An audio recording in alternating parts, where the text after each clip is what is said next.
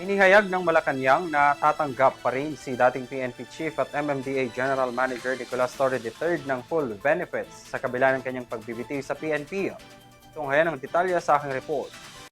Kahit sa susunod na taon pa ang kanyang mandatory retirement age, makukuha pa rin ni dating Philippine National Police Chief at ngayon Metropolitan Manila Development Authority General Manager Nicolas Torre III ang kanyang full benefits bilang 4-star general ng PNP. Ito'y kasunod na rin ng kanyang optional retirement sa serbisyo. Kinumpirma ito ni Palace Press Officer Undersecretary Claire Castro sa press briefing sa Malacanang at binigyang diin na may gagawad na rin kay PNP Acting Chief Lieutenant General Jose Melencio Nartates Jr. ang ranggong 4-star general.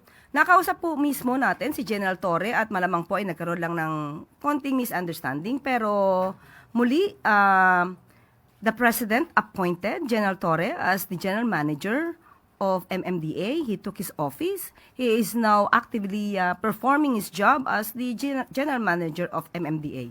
And for his optional retirement, he will receive full benefits and emoluments as a 4-star general.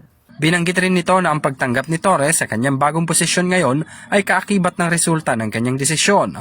Una na rin itinanggi ni Torre na nag-a-apply siya ng optional retirement pero nag-aantay na lamang ng direktiba mula kay Pangulong Bongbong Marcos Jr. kaugnay sa kanyang retirement. So, ibig sabihin po ba nito ay maililipat na o willing na siya na ilipat yung 4-star rank niya kay General Jose Melencio Nartates? Yan po ang sinabi natin sa kanya. Pumayag naman, ma'am. Okay na sa kanya yon, accepted na niya. Accepted po niya yun. Dahil po tinanggap niya po ang posisyon na ito, alam niya naman po kung ano po ang maaaring mangyari at muli, ang mangyayari lamang po, siya po ay tatanggap ng benepisyo, full benefits. Sa pahayag naman ng DILG, sinagot ang tanong kung bakit natagalan si Torre sa kanyang retirement optional dahil hindi raw naman nila pwedeng pilitin si Torre na magretiro.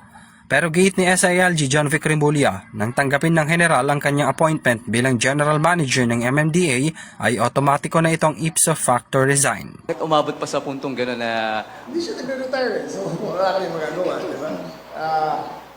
Hindi naman kami pwedeng mamilit sa tao na mag-retire. Diba? It is his option. Give the full picture. Pero, kasi sir, ang Malacanang ang appointing authority kami nag-process na. pero when he received the position as GM ng MMDA, Ipso facto resign. Not retired, Resign. Ipso facto resign.